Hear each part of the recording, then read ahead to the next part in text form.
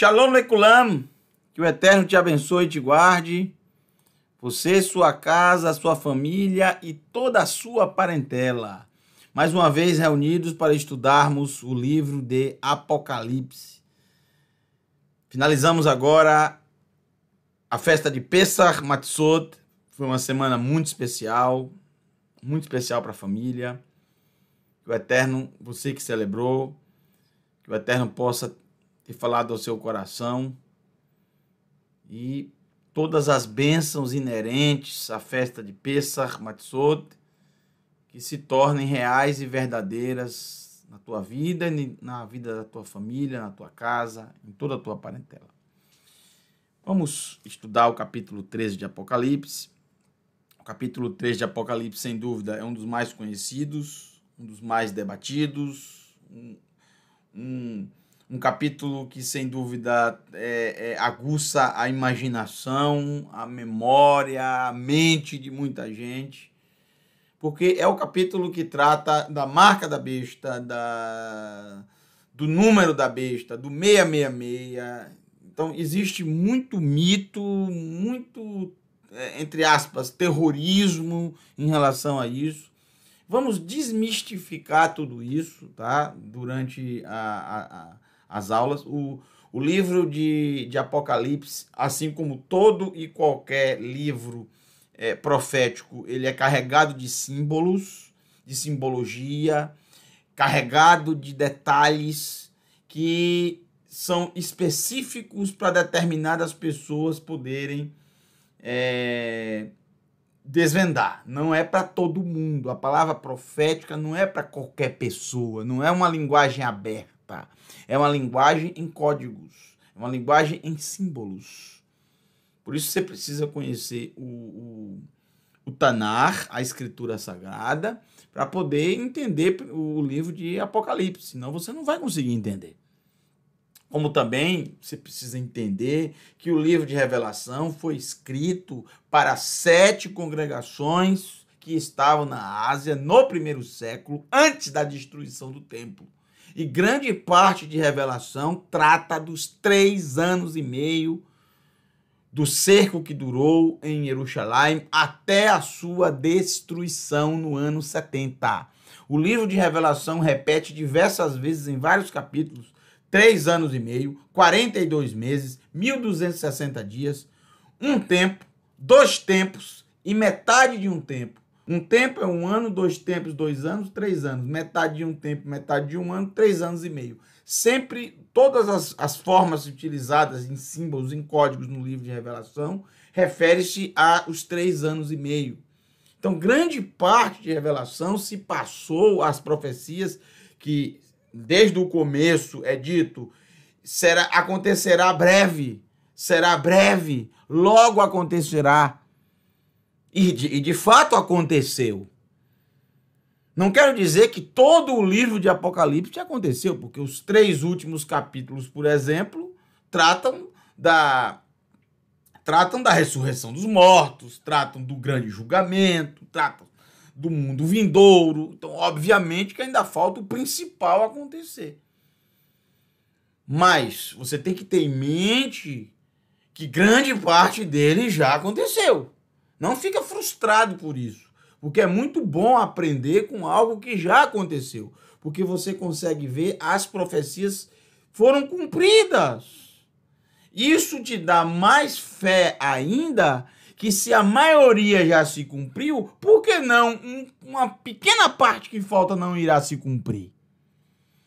Muito se aprende no livro, tem muito ensinamento, como já vimos. E você aprende também muito história com isso aqui. Você aprende demais a história. E quando você estuda a história, você vê claramente, diante dos seus olhos, as profecias se cumprindo. Então, tem muita gente que fica frustrado com isso, imaginando que, por exemplo, o capítulo 13 vai se cumprir agora. Eu já vi muitas bobagens ao longo da minha vida. Sempre alguém é a besta. Não, essa pessoa não é a besta. Essa pessoa é a besta. Essa pessoa é isso. Essa pessoa é o anticristo. Quer dizer, são doutrinas, são ensinos, são pensamentos que estão completamente desconectados com o livro de Apocalipse. Não tem uma vez no livro de Apocalipse o termo anticristo. Logo, dentro desse capítulo 13, eu quero desmistificar mais uma vez a questão anticristo. Não existe no livro de Apocalipse a palavra anticristo. Não só no livro de Apocalipse. Não existe em lugar nenhum da Escritura Sagrada. Do Tanar não tem nenhuma vez. Do chamado Novo Testamento, nenhuma vez. Só tem 4 versos na carta de Yohanan, que eu nem tenho certeza se é o mesmo Yohanan que escreveu Apocalipse. Acredito que não. A linguagem dele é diferente, a forma de escrever dele é diferente, a forma de conectar os textos é muito diferente, bem diferente. Primeira, segunda e terceira Yohanan, acredito que não é o mesmo. Quantos Yohanans existiram? Só dentro do meio de seguidores de Yeshua, o discípulo. E tinha outro, Yohanan, muito conhecido, também conhecido como Marcos. O nome dele também era Yohanan. Fora outros e outros e outros. Nome muito comum no primeiro século. Muito comum. Então, logo vamos tratar disso também para vocês aprenderem um pouco. Desmistificar essas coisas. Desmistificar. Já ouvi muita coisa sobre...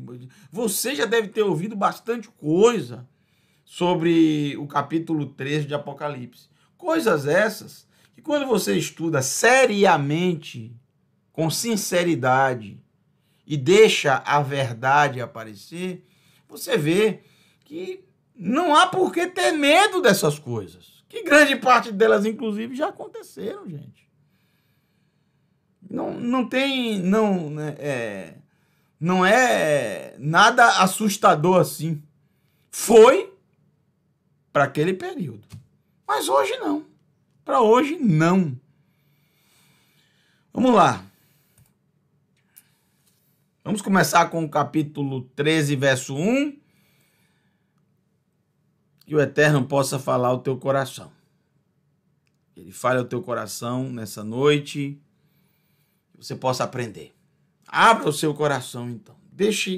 Não estude com a techuvá total o livro de Apocalipse, carregado com tudo que você já aprendeu com as doutrinas religiosas. Não, vai chocar de frente, vai ter problema, não vai dar certo. Você tem que esquecer um pouco disso e mergulhar nessa forma um pouco diferente de ver o livro de Apocalipse, uma forma dentro do contexto original. Não dentro de uma forma mitológica, mas uma forma, numa maneira como se estuda a Torá, como se estuda os profetas, os escritos. Revelação 13, verso 1, nos diz assim: Va emod al chol sfat hayam, e fiquei em pé sobre a areia do mar, sobre a areia, Sfat Hayam, da língua do mar ou da margem do mar. Que margem é essa? Ora, não importa se na visão de Yohanan ele estava, isso não interessa, se ele estava na ilha de Patmos, nessa visão, ou se ele está em Jerusalém. Se ele estava na ilha de Patmos, aqui, mais ou menos aqui, ou se ele estava aqui em Eretz Israel. O mar que banha o oeste de Israel, o leste não tem mar, o mar que banha o oeste de Israel é o mar Mediterrâneo, também conhecido em hebraico, Yam Gadol, mar grande. Não importa se é Patmos ou Eretz Israel, o leste, o Sfat Hayam, a língua do mar, a margem do mar, a margem é sempre aqui, ó. A margem é sempre aqui, é sempre à esquerda, sempre à esquerda. Então é claro que Yohanan está tratando de Roma, do Império Romano, Romit, O Império Romano, obviamente que Yohanan está tratando dele, desse império, não a leste, que seria o Império Babilônico. Isso é muito interessante, você já começar a entender, porque, é claro, você já estudou bastante em Revelação conosco, você já percebeu. O império dominante na época de Yohanan é Roma. Vaere e vi Haya Olá Min Hayam. Uma criatura. A palavra Haya é uma palavra que aparece em Bereshit. Olha como você, quando lê em hebraico, você desmistifica. Nas traduções aparece a palavra besta. Se fosse há 100 anos atrás, português de 100 anos atrás, não teria problema, porque besta-fera era uma palavra comum. Mas nos dias de hoje, a palavra besta carrega com ela muito misticismo. Na verdade, a palavra Hayá, que aparece em Gênesis capítulo 1, refere-se aos animais selvagens. A palavra Hayá vem de Hay, vida, um ser vivente, um animal selvagem. O que Yohanan quer passar é que este animal, ele não é um animal doméstico que você pode alisar ele, que você pode brincar com ele. Não, é um animal que, se você vacilar, ele come você. Ele te destrói, ele te despedaça. É um animal veloz, é um animal que despedaça. Você não pode ficar próximo a um urso. Você não pode ficar próximo a um leão, a um leopardo. Você não pode ficar próximo a uma onça, a um puma. Eles vão te despedaçar. Ele não quer saber se você é criança, jovem, adulto, idoso, homem, mulher. Animal selvagem não tá nem aí para isso. Ele despedaça o ser humano. É isso que Yohanan quer passar. É um animal selvagem. Olá, min hayam, que sobe do mar. O que significa mar no Tanar, na escritura? Mar, na escritura sagrada, significa nações, povos, gentes. Por exemplo, Salmo 65, verso 8, nas Bíblias cristãs, verso 7. Tu acalmas o bramido dos mares, o bramido das ondas e o tumulto dos povos. Outro texto, se eu não me engano, em Yeshayahu, só alguns para você ver como a palavra mar está ligada aos povos. E o profeta Yeshayahu, Isaías, capítulo 17, 17? Foi 16. Acho que é 17. Vamos ver aqui. Yeshayahu, capítulo 17, verso 12. É 12? Oh, a gritaria de terror dos muitos povos, rugindo como o bramido dos mares. A gritaria dos povos, rugindo como o bramido dos mares. E o que mais? E a pressa das nações correndo e se agitando como águas muito impetuosas. As águas muito impetuosas. Os povos, as gentes, as nações são comparados com águas, com mares, entendeu? Entenderam? Então, esse animal selvagem, ele sobe, ele ascende dos povos, das nações, das multidões. Entenderam? Esse mar aqui não é um mar em si. Esse mar aqui refere-se a multidões, a nações, a um império que reuniu muitas nações. É daí que sobe esse animal selvagem. E ele está aonde, esse animal selvagem? De onde ele subiu? Ele subiu a oeste, aonde está Yohanan. Não importa se ele está se a visão dele, ele se viu em pé sobre a Sfat, a língua do mar. Ou seja, sobre a margem do mar. Então não importa se ele está na terra de Israel ou se ele está onde ele estava preso, na ilha de Patmos. A língua do mar onde ele está obviamente de frente para Roma, o Império Romano. Este animal selvagem que sobe do mar, La Shiva Rashim, novamente já vimos isso anteriormente em Revelação, e volta a repetir. Esse animal, ele possui 7 cabeças. 7 cabeças. Já vimos o que cada uma delas representa. Isso nós já vimos. Ve'eser Karnaim. Eser Karnaim, 10 chifres. Ve'al Karneia, Eser Atarot. Eser Atrot. E sobre os 10 chifres, Eser Atrot, 10 coroas. Ora, uma coroa em cima de um chifre. Coroa, quando tem a palavra coroa, logo vem a nossa mente reis. Quem é que usa coroa? Um rei. Reis. Então, obviamente que os 10 chifres significam 10 reis.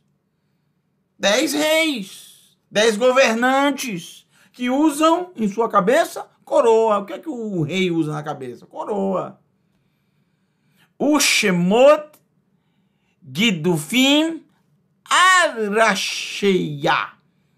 E nomes Shemot, e nomes Gidufim, nomes de blasfêmias, Arasheia, sobre a cabeça deles, sobre as suas cabeças.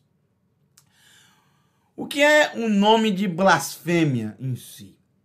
O que é um nome de blasfêmia? Gente, o nome de blasfêmia é algo contrário ao eterno.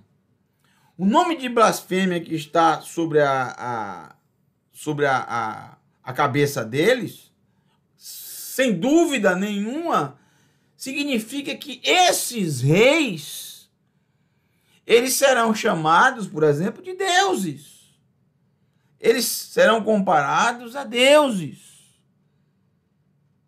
Isso é uma blasfêmia. Você chamar uma criatura, um ser humano, de um Deus. Isso é blasfêmia. Qualquer um que se considere um Deus, o que ele está fazendo? Blasfemando. Isso é uma blasfêmia. Se eu chegar aqui e disser, eu sou um Deus, eu estou fazendo o quê? Estou blasfemando. Que nunca aconteça.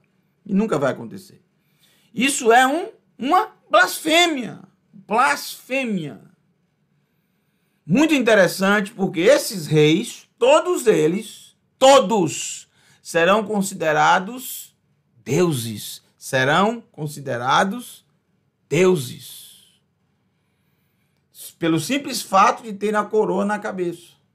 Pelo simples fato de estarem reinando. Pelo simples fato de estarem reinando nesse império. O verso 2 nos diz assim: Ve'hachaya asher einai ra'u, e a criatura, ou animal selvagem, ou besta fera, como você quiser. Eu coloquei criatura para desmistificar um pouco. Pode ser também a tradução animal selvagem, não tem problema nenhum. Ve'hachaya, e a criatura, asher einai ra'u, a criatura que os meus olhos viram, Damitá, damut, semelhança. Damitá era semelhante, ela era semelhante. Lenamer, ao leopardo. Olha que interessante. Preste bem atenção. Essa criatura era semelhante. Lenamer. Namer quer dizer leopardo. Le é para, o A craseado. Ao leopardo. Ragleia, e seus pés, A imagem dela, a semelhança dela é como um leopardo. Os pés dela, Raglei Dov. Raglei Dov. Pés de urso. Pés de urso. O piá e a boca dela, piari, boca de leão. Uma boca de leão, cheia de dentes, aqueles dentes, aquelas presas, né? Dentes não, são presas. Que é justamente com as presas que o leão ataca as suas vítimas e mata as suas vítimas, né?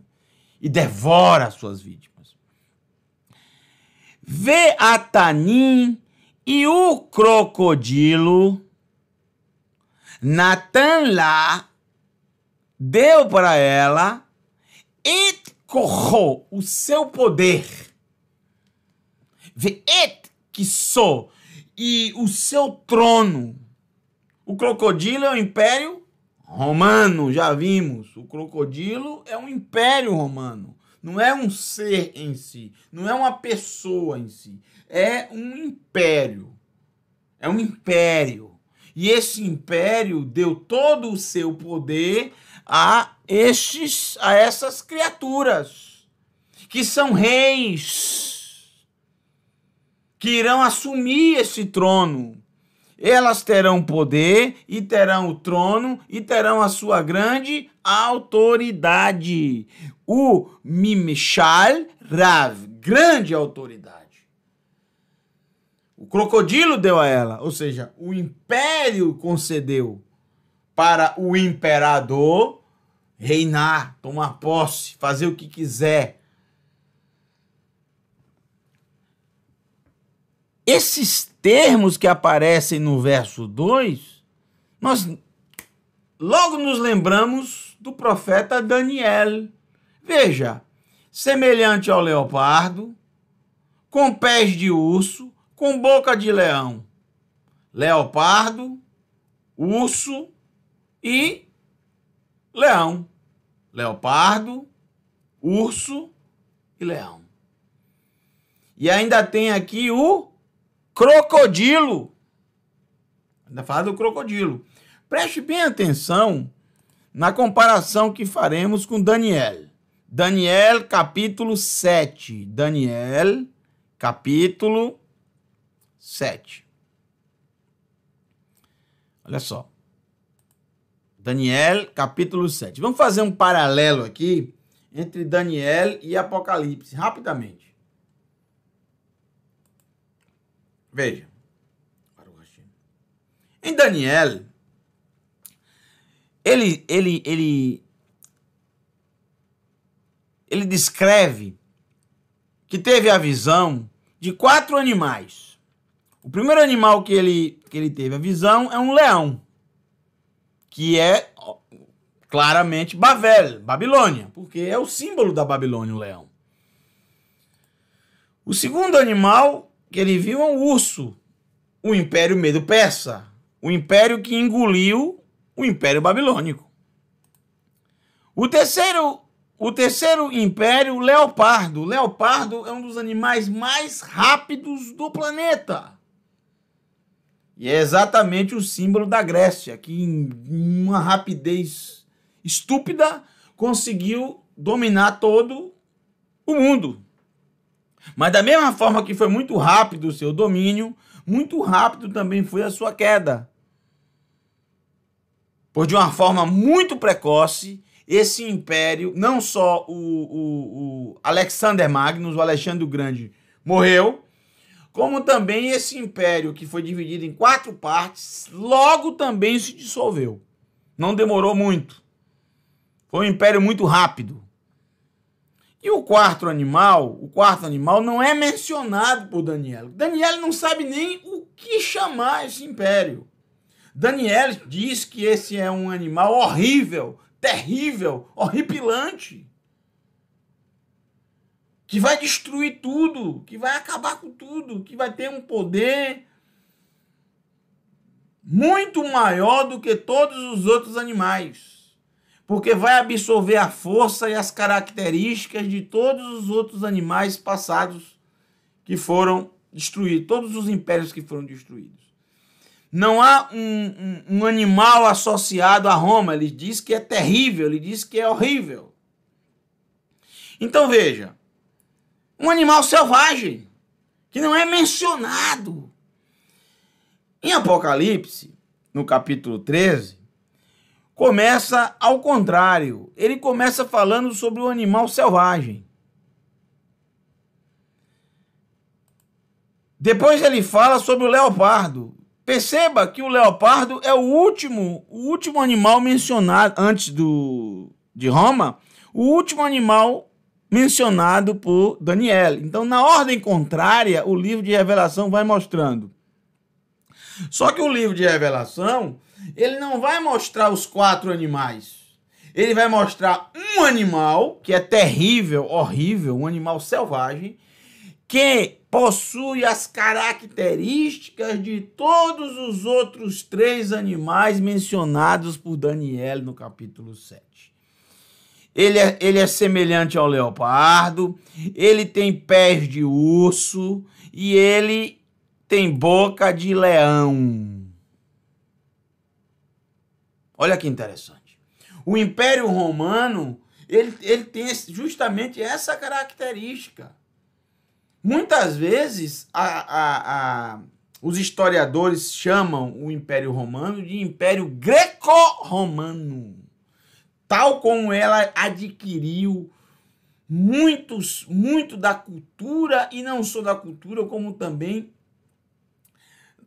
em relação aos deuses. Na verdade, o Império Romano é a soma de tudo isso. Babilônia, Medo-Persa, Grécia. Todo o paganismo se juntou em Roma. É como se esse animal ele devorasse todos os outros e adquirisse as características de todos os outros. Cada um tem uma característica diferente. Roma consegue aglutinar juntar todas as características e formar um império. O império, dentre todos esses aí, o que mais durou, o que mais perdurou. Nenhum império perdurou tanto como o Império Romano. Nenhum império teve tanto sucesso, entre aspas, como o Império Romano. Muito simples. Por quê? Porque aglutinou todas as características dos impérios passados. Juntou tudo. Roma tem essa característica muito forte de ir comendo e colocando dentro de si aqueles que se levantaram. Roma, inclusive, não só aglutinou todas as características dos impérios passados, como vocês vão observar um pouco mais na frente, que até mesmo as religiões de determinadas nações, Roma foi aglutinando. Não é verdade? Isso aconteceu, por exemplo, no 4º século. Quando o cristianismo passou a ser a religião oficial do Império Romano. Não pode isso. Não há problema nisso para Roma. Roma já era especialista em aglutinar, em trazer para si, em juntar as características de vários impérios, de várias religiões, várias práticas religiosas, pagãs. Isso sempre foi característica de Roma. Por isso que o império durou tanto tempo assim. Vamos voltar para Apocalipse. Vamos ver o verso 3 agora. Apocalipse capítulo 13. Antes de nós vermos o verso 3,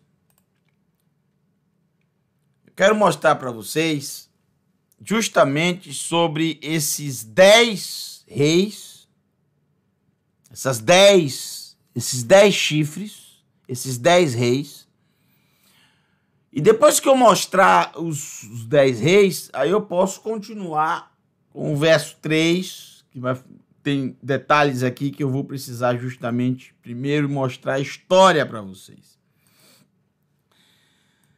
Se estamos tratando de Roma, se Roma é justamente esse animal que nós estamos tratando, então vamos estudar os imperadores, os 10 primeiros imperadores romanos. Os 10 reis não são chamados de imperadores por Yohanan, é claro. Imperator, imperator em latim. Chamado de reis. Então vamos estudar os 10 primeiros e vocês vão ver algo muito incrível. O décimo, do primeiro ao 10º, nós temos justamente o período do livro de Apocalipse. Porque quando chega no 10º rei, é justamente a destruição de Jerusalém. É claro que Roma não teve só 10 reis, Roma teve muito mais, dezenas e dezenas de imperadores. Mas foram 10 que reinaram até a destruição de Jerusalém.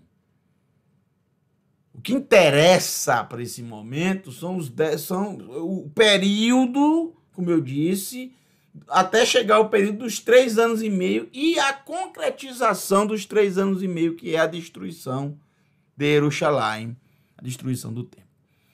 Gaius Julius César. O J não existia nem no hebraico, não existe até hoje, nem no latim e nem no grego. Não existia o J. Júlio César, 12 de julho do ano 100 antes da Era Comum, até o ano 44, antes da Era, 15 de março de 44. Júlio César, e daí que vem o Império, daí que vem a dinastia Julius Claudiana, que eu vou mostrar a vocês agora. Quando ela vai terminar, parecia até que o Império Romano iria acabar. Parecia até que o Império Romano não iria sobreviver, porque não ficou nenhum dessa dinastia Júlio-Claudiana. Todos foram mortos. Parecia que acabou. Uma ferida mortal. E de repente, tinha um escondido atrás da cortina. E aquela ferida mortal, milagrosamente, foi curada. Ainda tinha um, e desse um veio outro, que é justamente o que é tratado no final desse capítulo 13.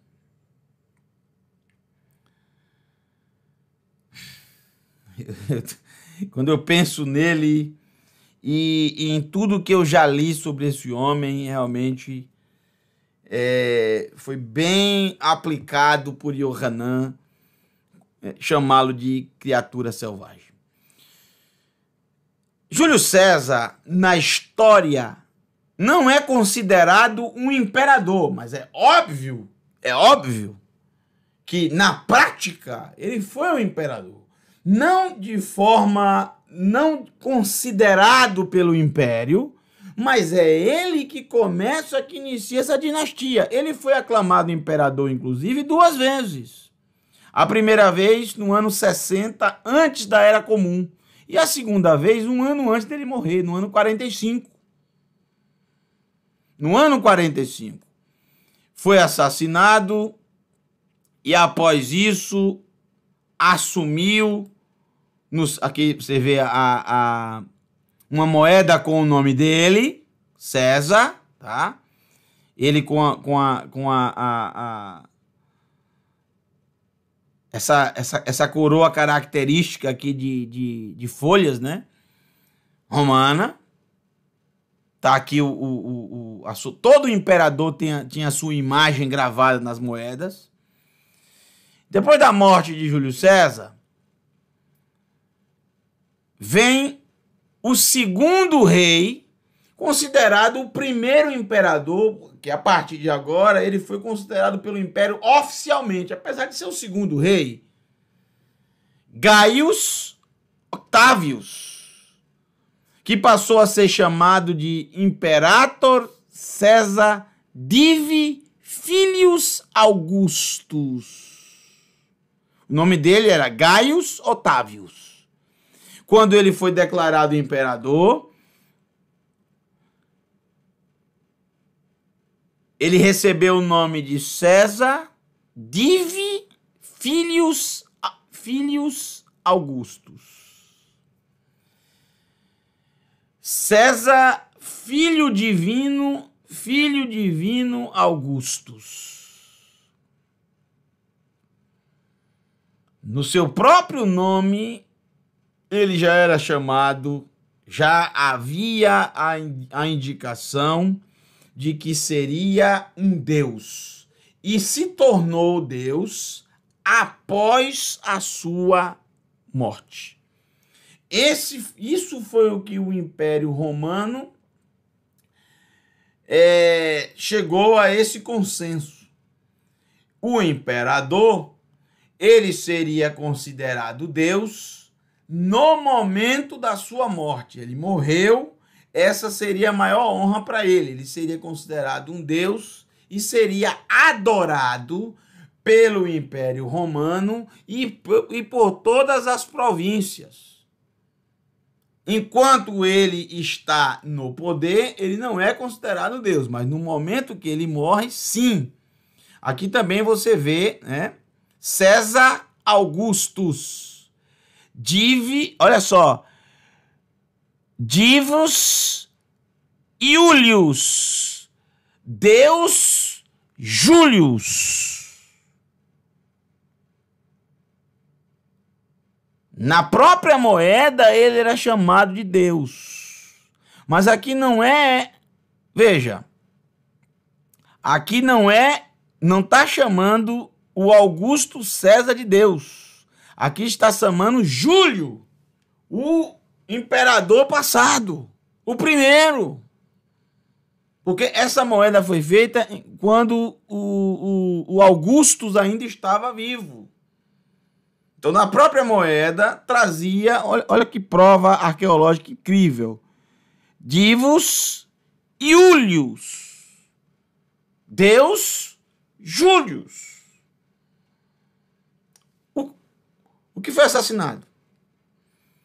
Isso mostra claramente que para Augustus, ele era sucessor de Júlio César. Tanto que tem o nome César no seu próprio nome. Quando Augustus morre, no ano 19 de agosto do ano 14, quando ele morre, ele virou Deus. Em vários lugares do mundo foram construídos templos, em adoração a Augustus. Por exemplo, eu já visitei diversas vezes esse lugar.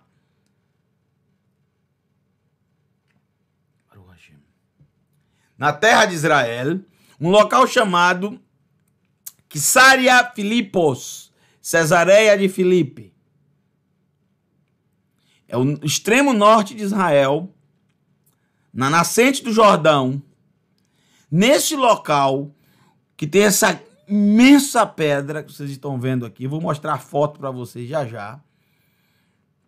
Olha só, esse é um local, um panteão de diversos deuses, entre eles o deus Pan, Zeus. E o mais destacado templo nesse lugar era o templo de Augustus. Templo de Augustus. Aqui está escrito Mikdash, em hebraico, Mikdash Augustus. Ou seja, o templo de Augustus, o santuário de Augustus. Ele era adorado nesse lugar. Atrás aqui, atrás desse templo, uma grande caverna aqui, onde eram sacrificados porcos e também seres humanos. Olha aqui. Vou voltar aqui a foto. Vocês verem. E olha como está hoje. Nesse lugar aqui é onde tinha o templo de Augustus. Não existe mais nada hoje. Só ruínas. Mas aqui, Augustus foi adorado após a sua morte. Em vários lugares do mundo existe o templo de Augustus. Em vários lugares. Esse aqui, se eu não me engano, é na Croácia. Templo Augustus.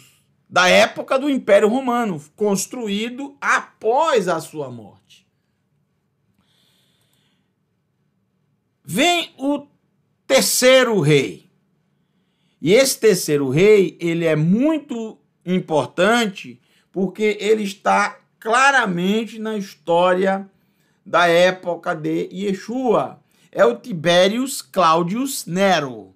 Tiberius César Augusto. Veja que ele assume os dois nomes dos dois reis anteriores. Quem foram os dois reis anteriores? Júlio César e Augusto, Octávios Augustus. Então, ele passa a ser Tibérius César Augustus.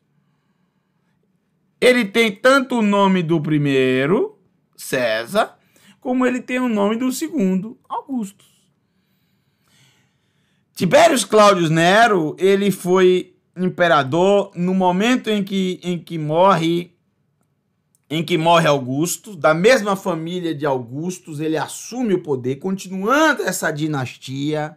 Todos esses imperadores são da mesma dinastia, da mesma família. Eles procuraram, quando não era filho de fato, era adotado e levava o nome do parente, né? Foi considerado como um filho, por exemplo. Ou era um sobrinho, ou era um neto, ou era um primo, um tio, um parente próximo, para continuar essa dinastia, chamada dinastia Julius Claudiana. O Tibério chegou a ser recordado como um obscuro, recluído e sombrio governante, que após a morte do seu filho Júlio César Druso, em 23, a qualidade do governo declinou totalmente. No ano 26, um ano antes da morte e execução, da execução de Yeshua, que foi no ano 27, não temos dúvida disso, no ano 26...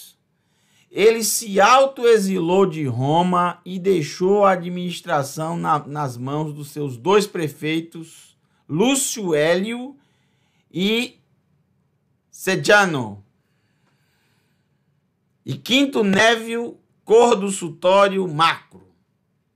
Esses administraram o império que muitos pensavam que quem estava administrando era Tibério, mas na verdade ele praticamente deixou de viver após a morte do seu filho. Tibério adotou seu sobrinho neto Calígula, muito conhecido, né? Para ser o seu sucessor. Então quem sucedeu Tibério, que o seu filho tinha morrido, foi justamente um sobrinho neto. Eu vou mostrar para vocês já já. Olha aqui a moeda de Tibérius. Tibérius César. Tibérius César Augusto.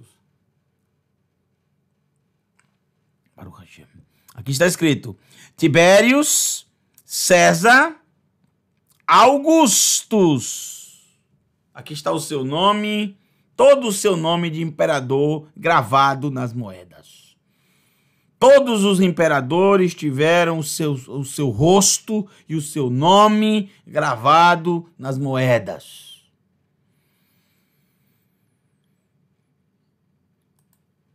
O quarto dessa dinastia Julius Claudiana é Gaius Iulius César Gaius Germanicus. Aparece Gaius duas vezes. Gaius Iulius César Gaius Germanicus.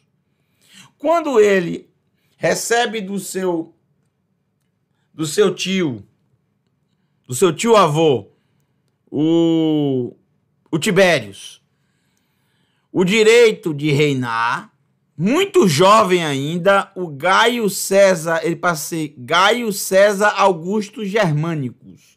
Esse é o nome do imperador, Gaius César Augusto Germanicus. Mas por que chamam ele de Calígula?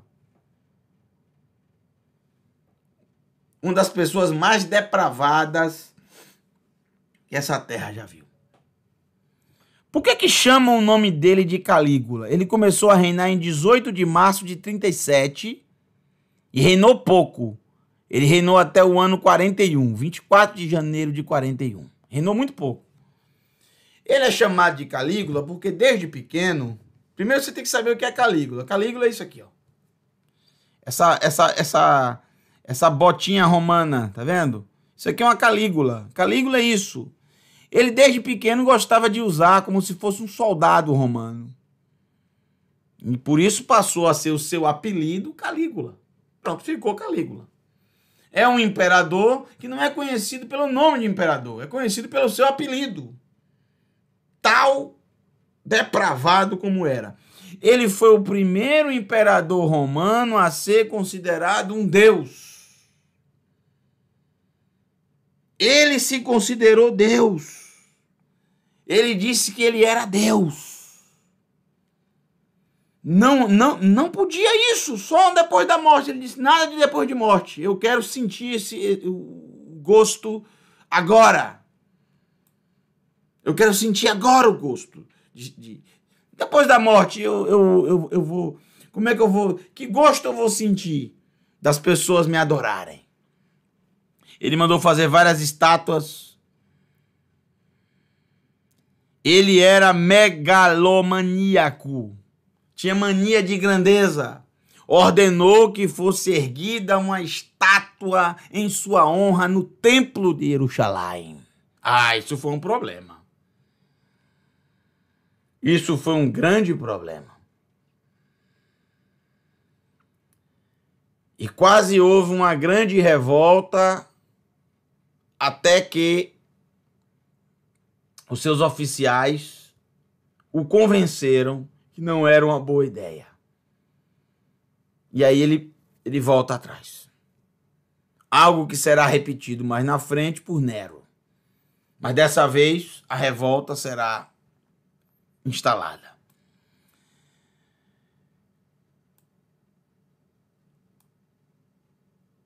Era megalomaníaco e também considerado um demente pelo seu próprio exército. Certa vez, ao pedir ao exército, em vez de atacar as tribos britânicas, não ataquem as tribos britânicas, estavam em guerra. Ele disse, todos os soldados vão fazer algo. Ouçam a minha ordem. E mandou os soldados recolherem conchas. Conchas do mar. Imagine só. Como é o negócio, rapaz? Todos os soldados agora deixam a batalha, volta, e todos vão colher conchas do mar. É o tributo segundo o imperador Calígula, devido ao Monte Capitolino e ao Monte Palatino. Capitolinos e Palatinos. É o tributo que se deve pagar a esses dois montes, as conchas. Aí todos os soldados tiveram que colher conchas.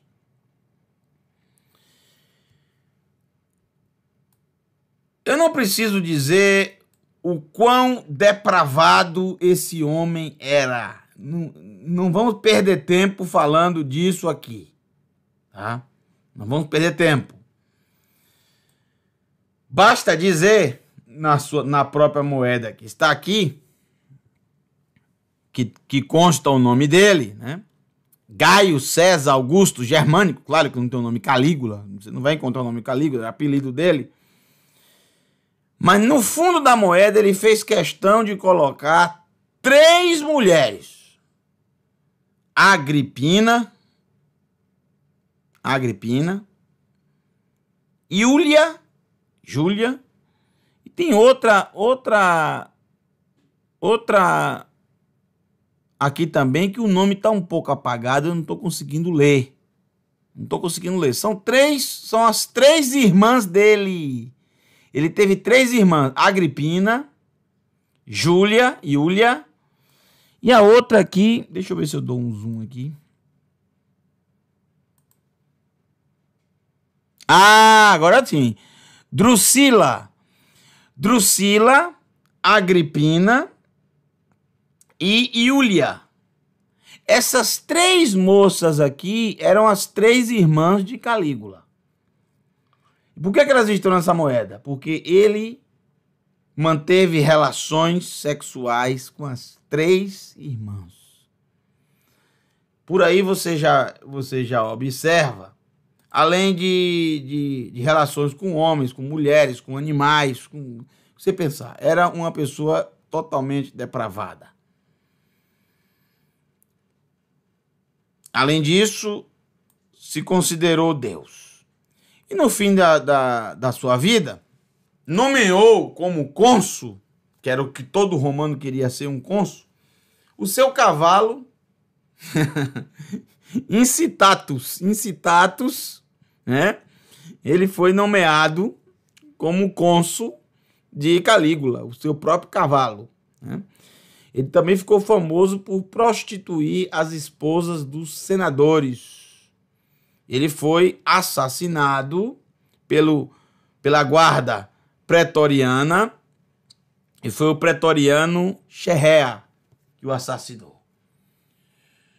É muito interessante que quando Calígula é assassinado, depois de tanta depravação e tanta insanidade desse homem, que estava devastando o Império Romano, todas as áreas do Império Romano estavam sendo devastadas, o Império estava a ponto de ruir.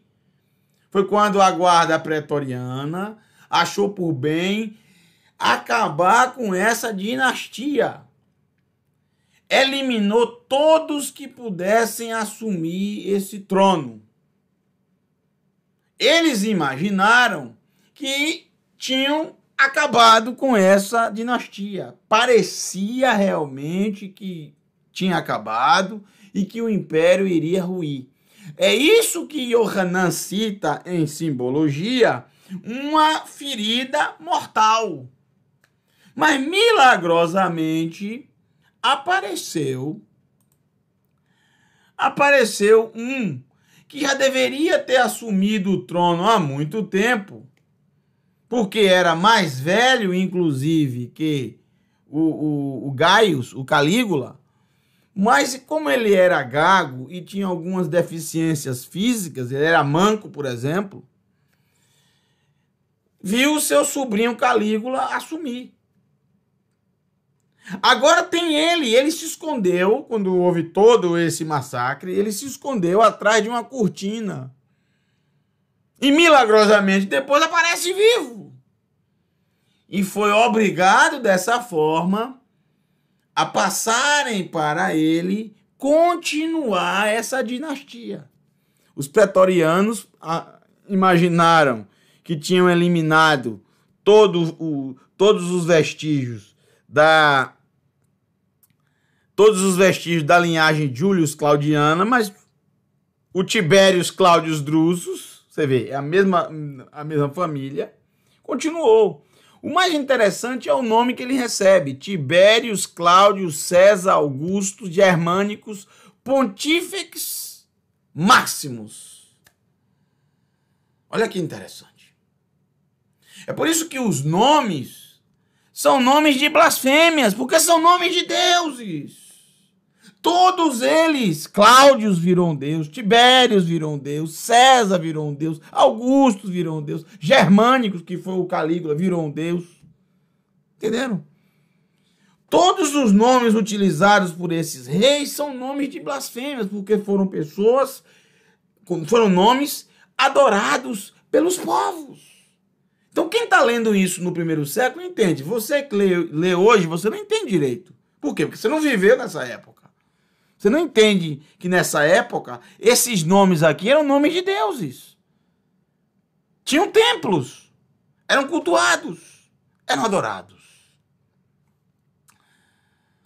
Os pretorianos que assassinaram seu sobrinho encontraram-no atrás de uma cortina.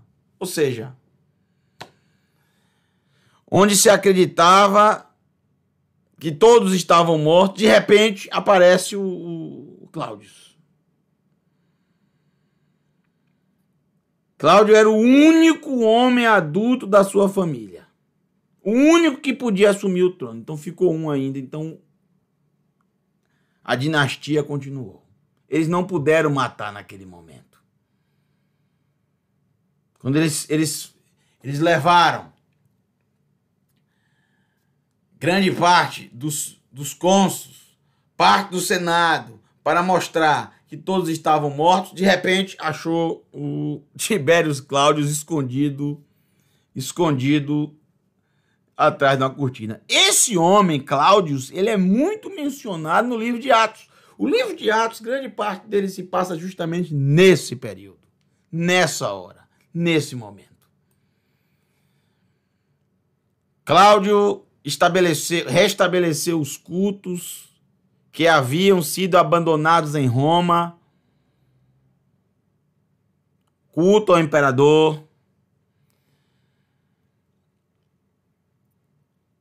Ele combateu aqueles que eram considerados supersticiosos, por isso expulsou os astrólogos e também os judeus de Roma e do entorno de Roma. Sua terceira mulher, Messalina, poderosa, além de ter fama de promíscua, a tal da Messalina, conspirou contra o marido e foi executada quando o plano foi descoberto.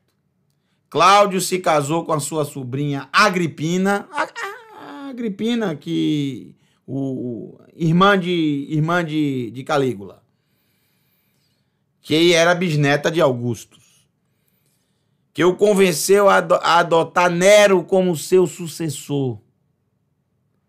Agripina é a mãe de Nero. Agripina, que teve relações com o irmão, gerou Nero.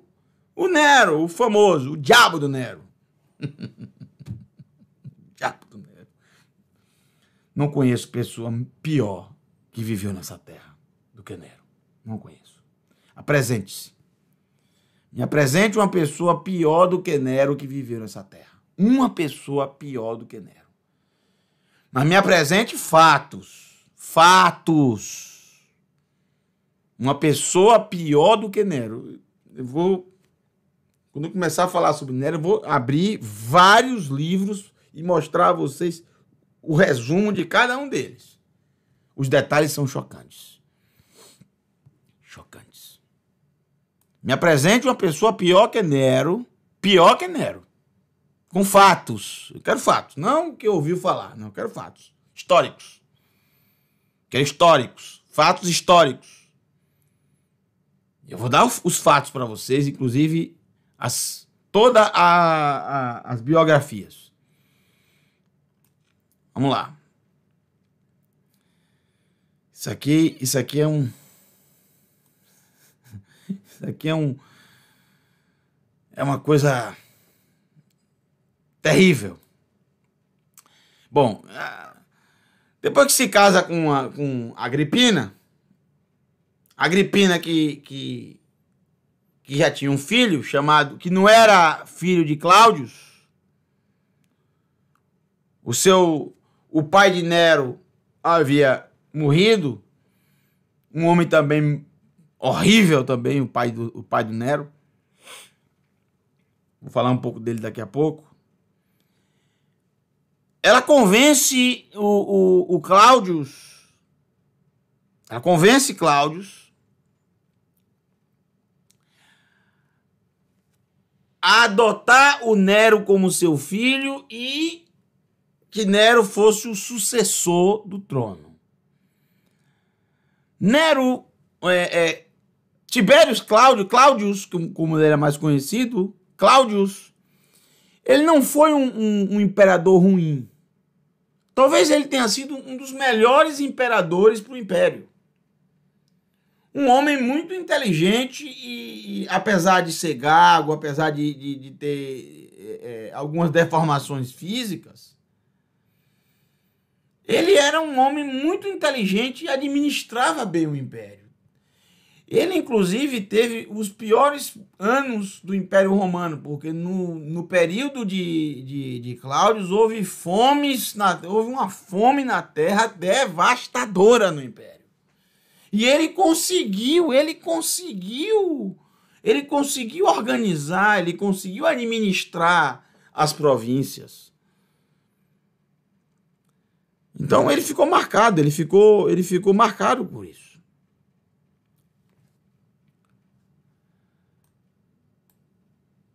Ele também gostava de homens, assim como a maioria dos imperadores. No final, além das suas esposas, das várias esposas que ele também teve vários, entre aspas, esposos. Eu vou ler um pouquinho para vocês aqui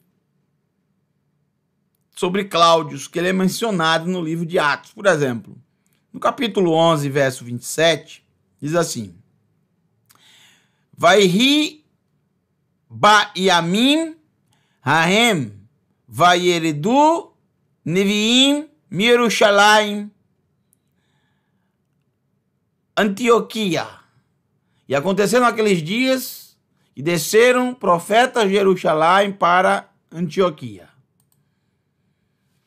Levantando-se um deles, seu nome era Ágavos, o mover do Eterno falou através dele que haveria uma grande fome em toda a terra. De fato aconteceu. Ela é a fome que chegou nos dias de Cláudius. Tá vendo? Ele é mencionado no livro de Atos. E os discípulos determinaram enviar homem a homem o que puder sua mão para socorrer aos irmãos que habitavam em Jeruda.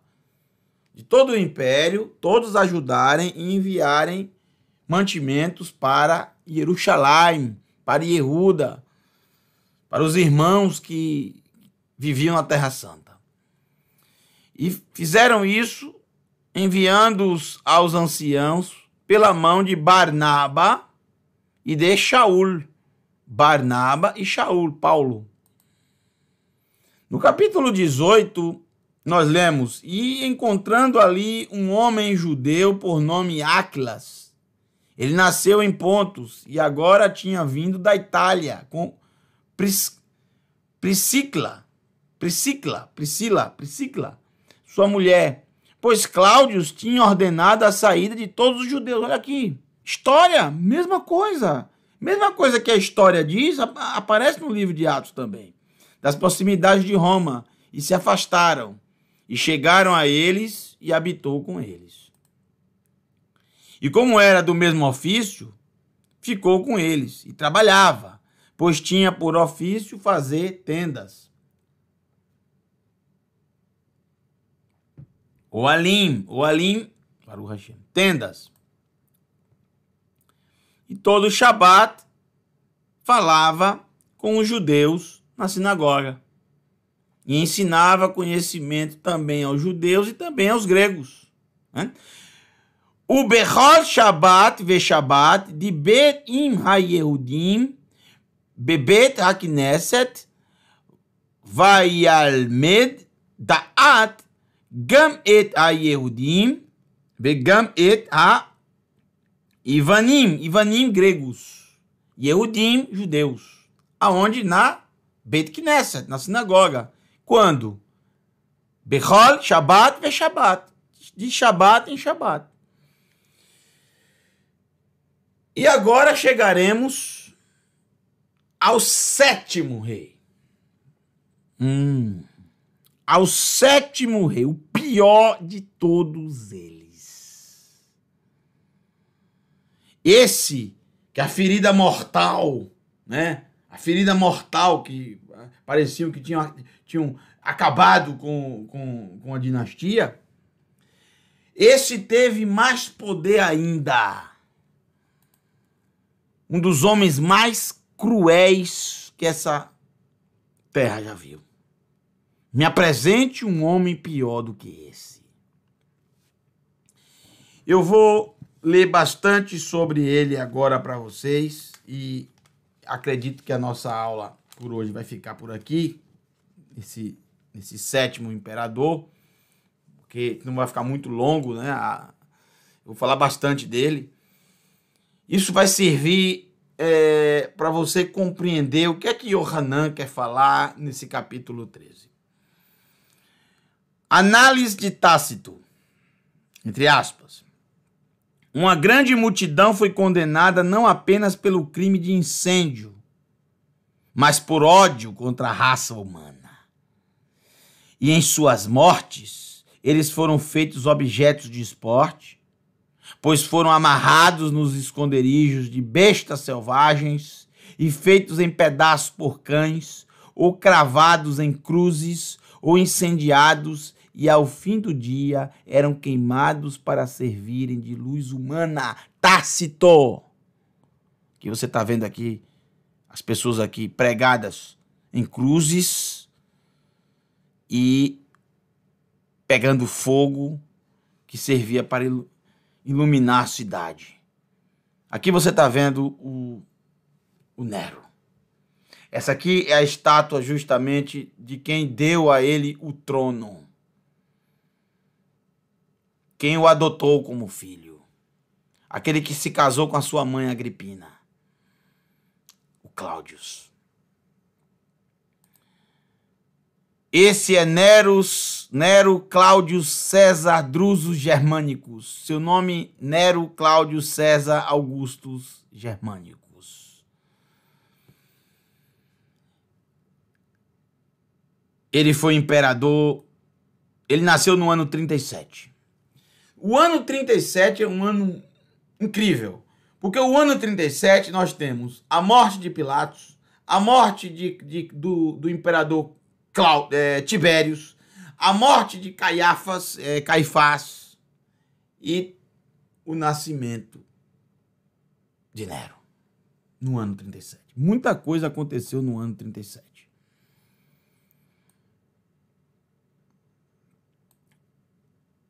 Sobrinho de Calígula, tataraneto de Augustus, foi adotado ainda menino pelo imperador Cláudio, segundo marido de sua mãe Agripina. Com a morte deste, ela consegue fazê-lo aclamar como novo imperador de Roma. Ele tinha apenas 17 anos e parecia ser uma pessoa só interessada em música e poesia. Parecia uma pessoa boa. Gostava de artes.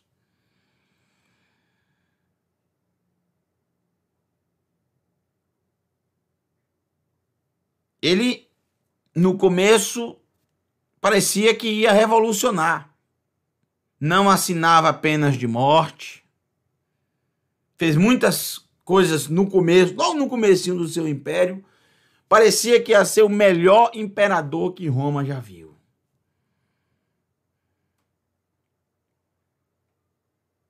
Mas um dia, tudo mudou. Subiu para a cabeça. Nero, assim como Calígula, logo desejou ser considerado Deus ainda em vida. Ainda em vida. Mandou fazer uma imensa estátua em Roma, que ficou de frente para o Coliseu, que vocês veem a imagem dele, né, a foto dele. ficou pronta. Ficou pronta com todos os detalhes que ele queria. O deus Nero. E mandou que essa estátua fosse para todas as províncias, em todos os lugares, o que era impossível, dado ao seu peso, qualquer embarcação conseguir levar uma estátua como essa. Por isso, ele mandava braço, cabeça, pé das estátuas, os pedaços, para as nações. Vou mostrar a vocês inclusive, o pé dele está lá em Cesareia Marítima até os dias de hoje. Você vê aqui, esse é o Colosso de Neron. Neron é exatamente assim que era chamado no primeiro século. Neron. Essa é a escrita. Quissar Neron. Estão vendo aqui? Ano 66. É exatamente quando ele começa com essa questão de ser adorado, de ser considerado o Deus, do Deus Supremo. Ele queria colocar essa estátua aqui no templo de Jerusalém. Imagine. Assim começou a revolta. No ano 66. Veja, vou voltar aqui para vocês verem. Olha aqui. 66. O Colosso, a celebração do Colosso de Neron. Nero. Esse aqui é o templo de Augusto. Veja, César Augustus. Aqui é o templo de Augusto em Roma. Ele sendo festejado e adorado. Foram necessários 24 elefantes para puxarem a estátua de Nero. 24 elefantes para puxar esse colosso. Segundo Plínio, a estátua de bronze dourada era bronze dourada. Bronze dourado. Construído pelo escultor grego Zenódoro, tinha 35 metros de altura e estaria em cima de um pedestal de 11 metros. Tinha um pedestal de 11 metros para que Nero fosse visto em todas as partes de Roma. A estátua representava o imperador romano Quissar Neron, César Nero, retratado como um deus, fazendo o imperador ser confundido com um ser divino. Na mão direita, uma bola de prata. Na mão direita, uma bola, aqui à direita, uma bola de prata. Não sei se vocês se lembram, mas no livro de Revelação fala sobre a lua. Aqui, vocês estão vendo aqui, ele subjugando a lua. A prata é a lua. Em sinal de dominação. Ele está com a espada e em sinal de dominação. Aqui em cima, uma coroa com raios de sol. Obviamente que é o sol na sua cabeça. Tá vendo aqui? O sol na sua cabeça. E a lua aqui está nos seus pés. É interessante, porque no livro de Revelação também fala isso, mas em relação a o povo de Israel. É no mesmo período, gente. Não tem como não fazer uma conexão com isso. Em contraste a isso. O sol e a lua.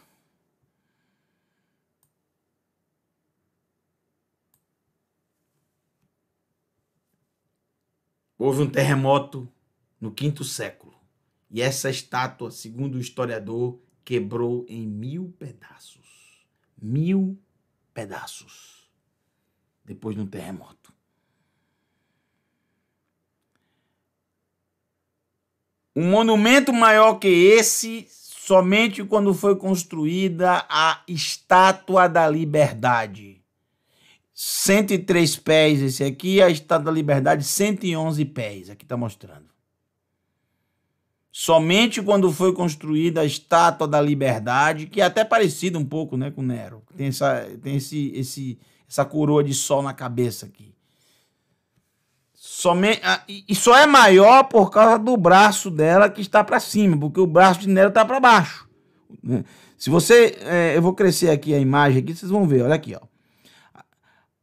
A Estátua da Liberdade e o Colosso de Nero tem a mesma altura a cabeça.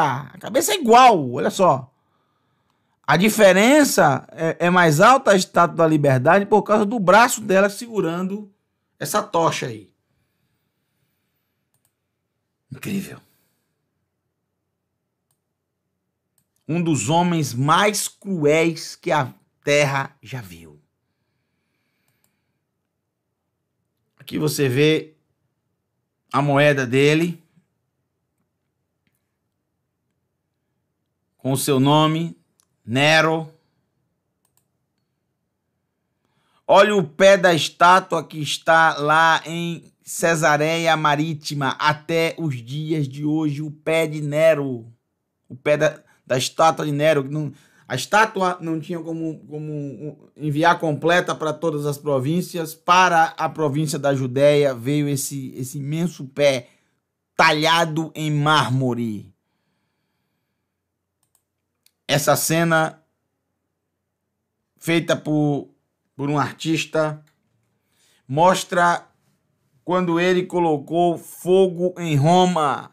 Ele colocou fogo na própria capital do império.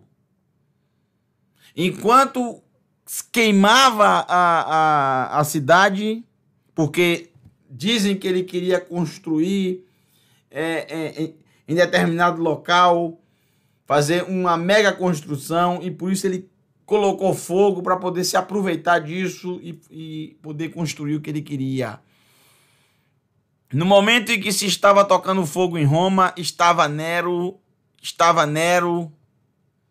tocando, cantando alegremente. Ele colocou a culpa nos seguidores de Yeshua. E por isso eles foram perseguidos e mortos como nenhum outro grupo de pessoas na época de Nero. Um homem cruel, sanguinário, que não oferecia àqueles que eram capturados nenhuma chance de defesa. Eles eram trucidados. Nero gostava, em muitas vezes, de se vestir com peles de animais, como se fosse um animal, e ficar preso numa jaula, no meio de muitas pessoas numa determinada festa. E ele mandava trazer vários escravos amarrados e soltavam o Nero da jaula, e ele ia para trucidar essas pessoas, como se fosse um animal selvagem. É engraçado, porque é exatamente isso que chama Yohanan, um animal selvagem. Ele que enviou Yohanan para o exílio. Inclusive, o livro de Apocalipse do 2º século, no siríaco, encontrado na Síria, está escrito no título: A visão de Yohanan, enviado à ilha de Patmos pelo Czar Neron, pelo imperador Nero. Está no título do livro de Apocalipse, em siríaco, no 2º século. Ele mandou matar Shaul. Dizem também que ele mandou matar Shimon Kefa.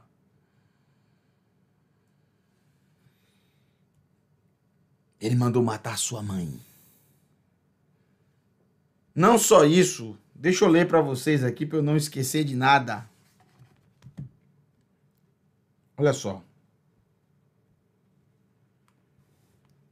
Assim que eu terminar de ler, eu vou dar as fontes para vocês.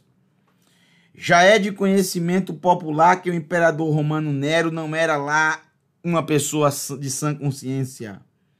Foi proclamado adulto com apenas 14 anos de idade e começou suas atividades políticas como procônsul ao lado de seu padrasto Cláudius, aparecendo até nas moedas do império como sucessor do cargo.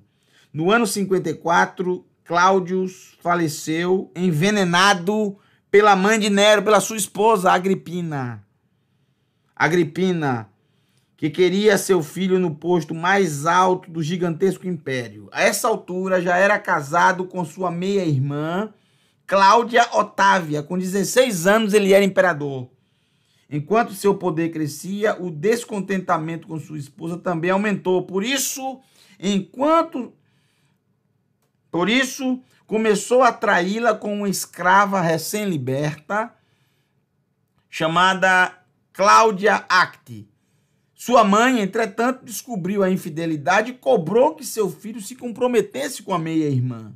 A essa altura, Nero sentia que sua mãe mexia demais com a sua cabeça e influenciava no governo, na mesma medida que seus mentores, Sêneca e Burro. Depois de ter matado seu irmão adotivo, olha só, ele matou o irmão adotivo britânico, que provavelmente deveria ser aquele que deveria assumir e era legítimo filho de Cláudio. Ele foi e matou o legítimo filho de Cláudio, que era quem deveria assumir o império quando chegasse à maioridade. Ele matou. Antes que ele chegasse à vida adulta e pudesse reivindicar o trono, ele matou. Nero se separou de Cláudia e a justificativa foi que ela era infértil, que ela não podia gerar filhos. Depois disso, uma decisão drástica foi tomada por ele, que exigiu que ela fosse exilada do império. E depois executada. Ele não deixou nem ela viver a vida dela, mandou matá-la. Oficialmente liberto de matrimônio, começou a se relacionar com Pompeia Sabina, esposa do amigo e futuro imperador Salvius. Sua mãe, entretanto, ainda parecia ser um empecilho na vida de Nero, que decidiu que não conseguiria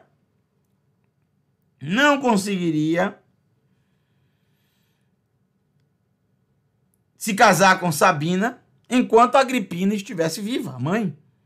Assim, o imperador decidiu que deveria assassinar a própria mãe. E foi o que ele fez. Ordenou a morte dela no ano 59.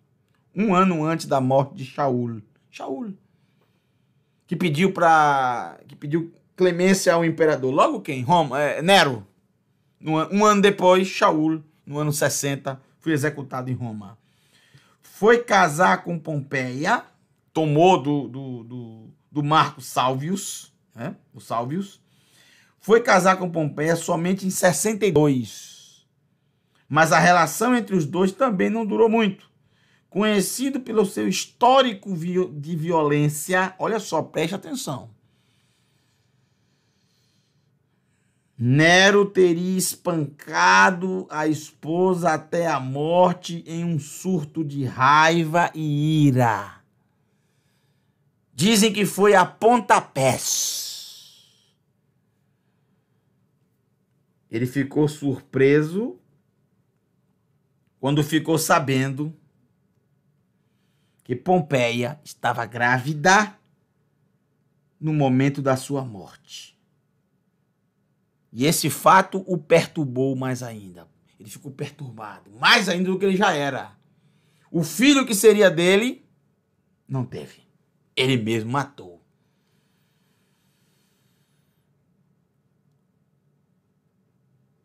Depois deste incidente sangrento, Nero foi visto poucas vezes com mulheres. Só mais uma teve a infortuna sorte de casar-se com Nero. Gente, isso aqui é tudo citação de livros e enciclopédias, tá? Estacília Messalina, que era casada, isso não fazia a menor diferença para Nero. Porque seu marido foi obrigado a se matar, a se suicidar, para que Nero ficasse com a sua esposa, para que ele não fosse acusado pelo Senado e julgado pelo Senado como adultério, tomado a mulher de um homem casado. Por isso ele obrigou o esposo dessa moça, Messalina, a se suicidar.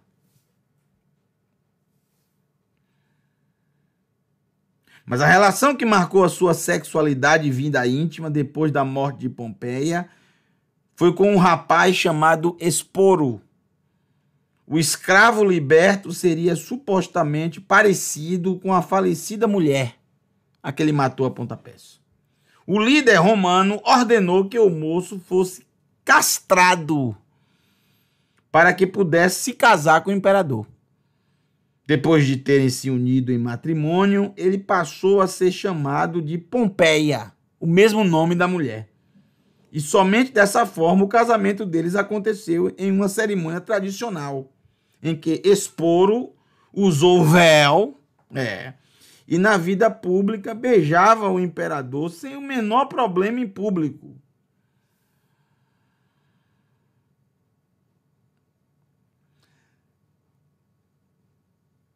Algumas coisas eu não vou nem ler aqui porque é de enojar. É de enojar. O governo... Ele teve outros homens também, um chamado Pitágora, por exemplo. Só que nessa relação a mulher era Nero. Pitágora era o homem. E a mulher, Nero.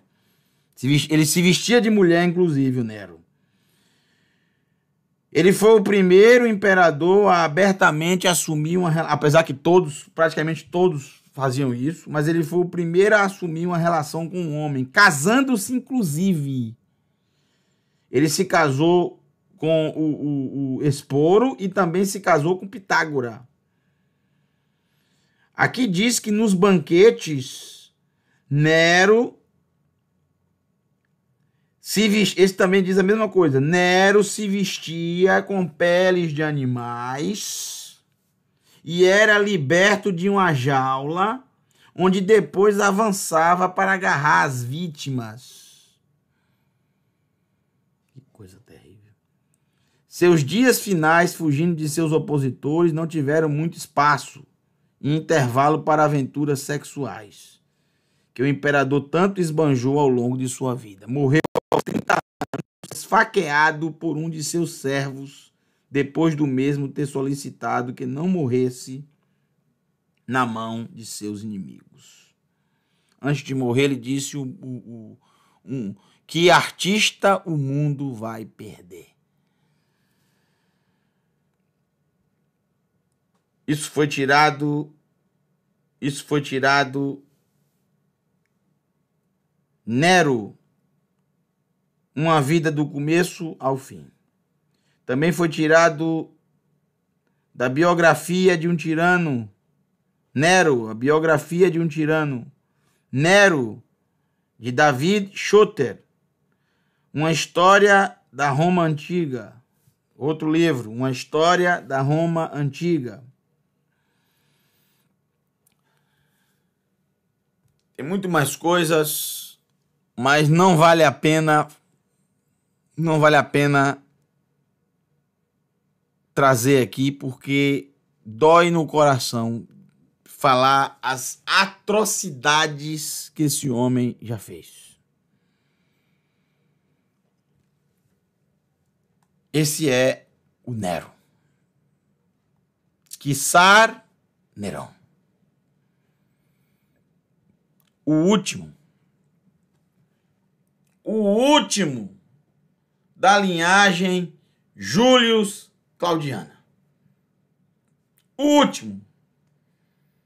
Acabou essa linhagem. Todos que poderiam suceder o trono, esse homem matou. Não foram seus inimigos. Ele matou. Ele mesmo matou. Todos.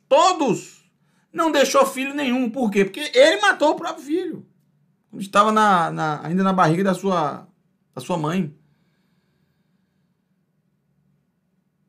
Parecia que o império tinha chegado ao fim. Ainda mais com o fogo de Roma. Queimou tudo.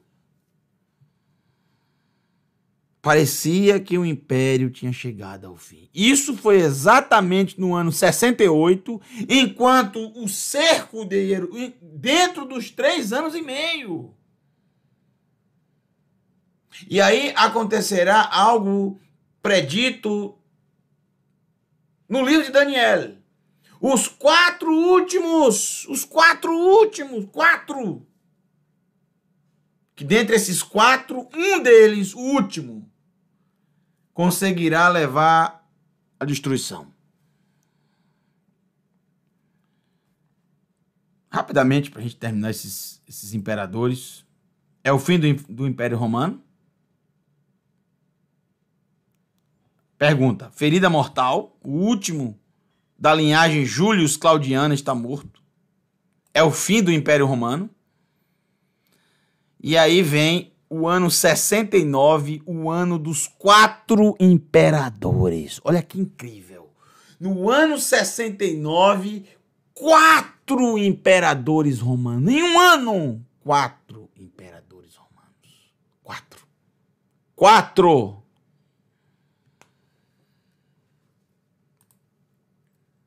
Sérvios Sulpícios Galba, que passou a ser chamado Servius Galba Imperator César Augusto. Ele começou no ano 8 de junho de 68, com a morte de Nero. Ele assumiu. E ele estava indo para matar Nero. Mas Nero disse: não, eu quero morrer antes. E ele ficou pouco tempo. Nem um ano ele ficou. No ano 15, no ano 69, no dia 15 de janeiro, ele foi assassinado por Otão.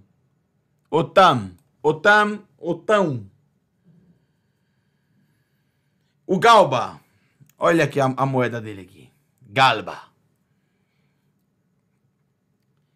Diziam que ele era um grande glutão, comia demais. E no inverno comia antes do amanhecer.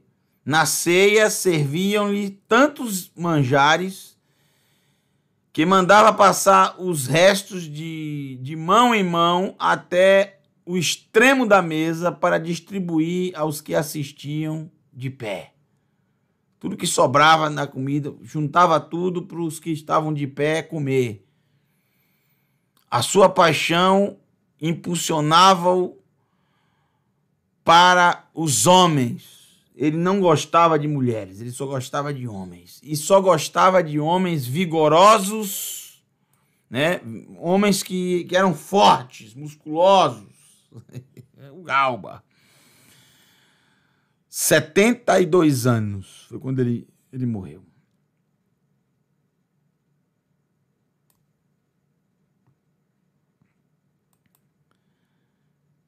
Depois da morte dele, o Marco Salvius, esse aqui foi quem o Nero tomou a mulher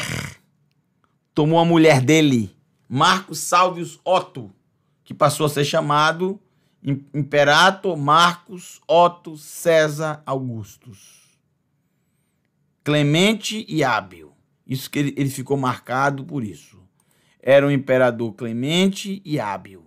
Suicidou-se e disse, olha o que ele disse quando ele se suicidou: é muito mais justo falecer um por todos do que todos por um. Ele viu que para que continuasse o Império Romano, ele tinha que deixar o poder. E preferiu se matar.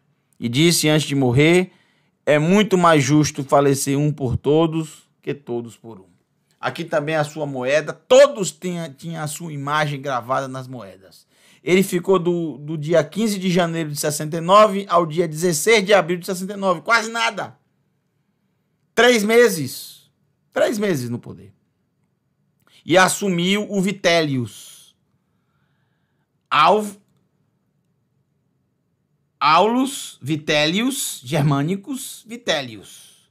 Imperator Vitellius César Augusto. De de 17 de abril de 69 a 22 de abril de 69, 22 de dezembro de 69. Ou seja, é o terceiro imperador do ano 69, mas o ano não acabou. 22 de dezembro ainda tem mais 9 dias o ano. Outro imperador tomou o poder com apoio de legiões germânicas, em oposição a Galba e a Otam. Foi assassinado pelas tropas de Vespasiano. Ele assassinou e tomou o poder para si, como descreve o livro A Profecia de Daniel. Esse último, através da espada, tomou o poder. O quarto imperador, o quarto rei, formando assim 10 reis. 10 reis. O 10º rei é o Vespasiano.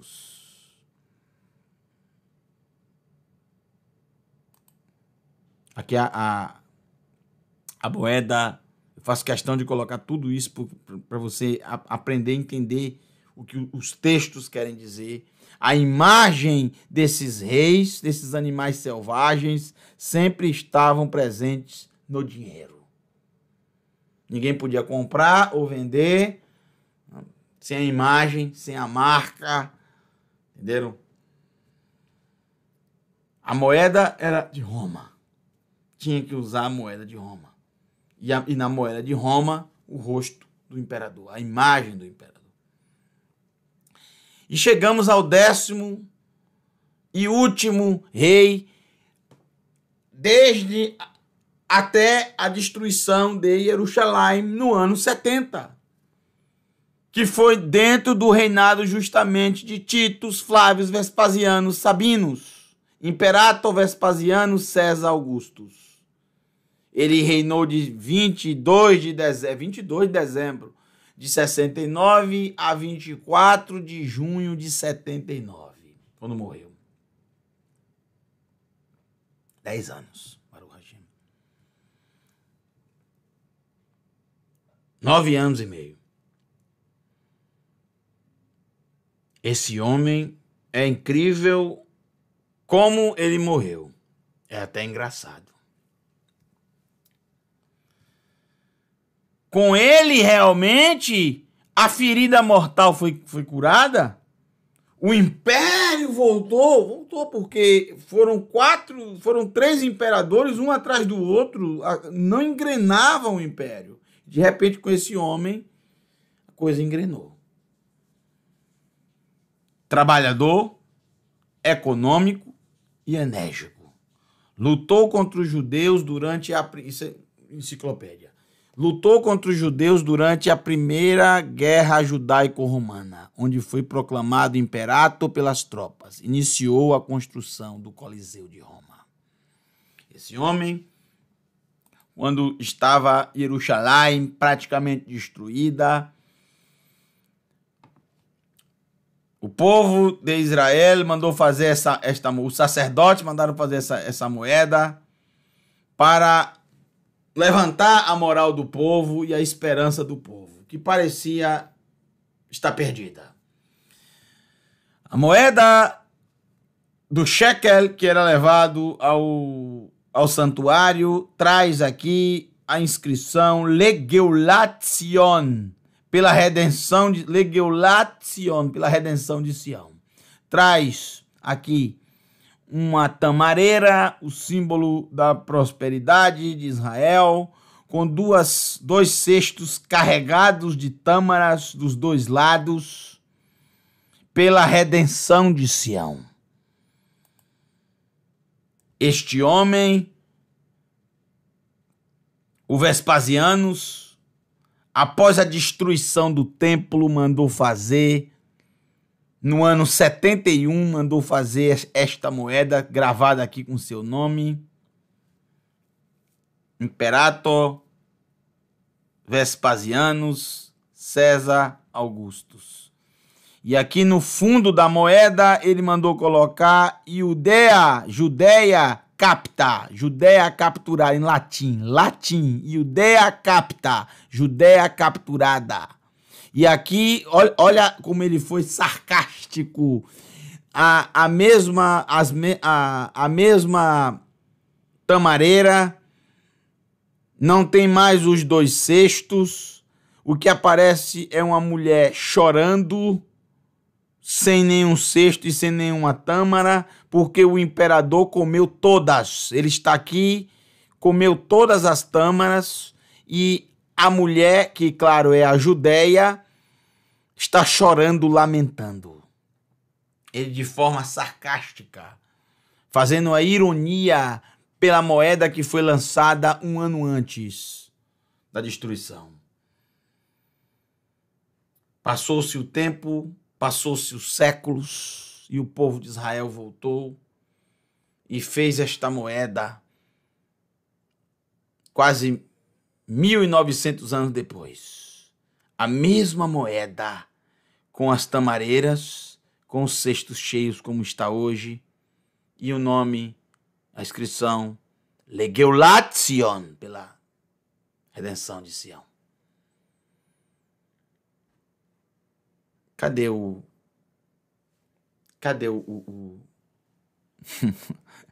o Vespasianos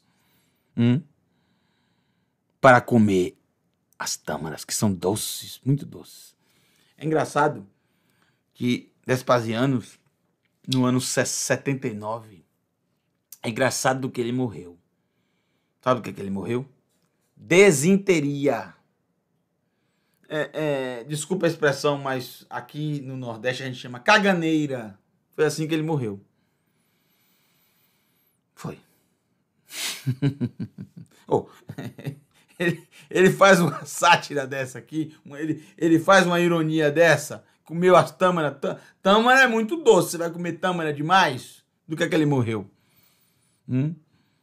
Incontrolável, não conseguia parar.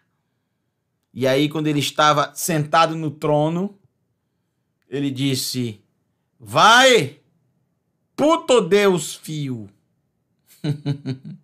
Puto Deus fio. Calma, não é isso que você está pensando, não. Ai, é latim isso aqui, gente. Acho que estou virando Deus. Ai, acho que estou virando Deus. Essas foram as últimas palavras que ele disse. O que ele disse? Acho que estou virando Deus. Acho que estou morrendo, porque o imperador romano só podia ser considerado Deus depois da morte. Depois da morte. Muito bem, gente. Estes são os 10 reis. Eu quero finalizar com vocês, justamente para que a gente possa ter todos esses detalhes e, assim, ler todos os versos que faltam de Revelação 13, eu preciso de todas essas informações, tanto dos 10 reis, como já vimos, como também rapidamente eu gostaria de falar para vocês sobre Sotem HaMashiach. Isso é muito importante, porque existe esse mito do anticristo. Não existirá uma pessoa que é o anticristo. Anticristo não existe. Existe um conceito.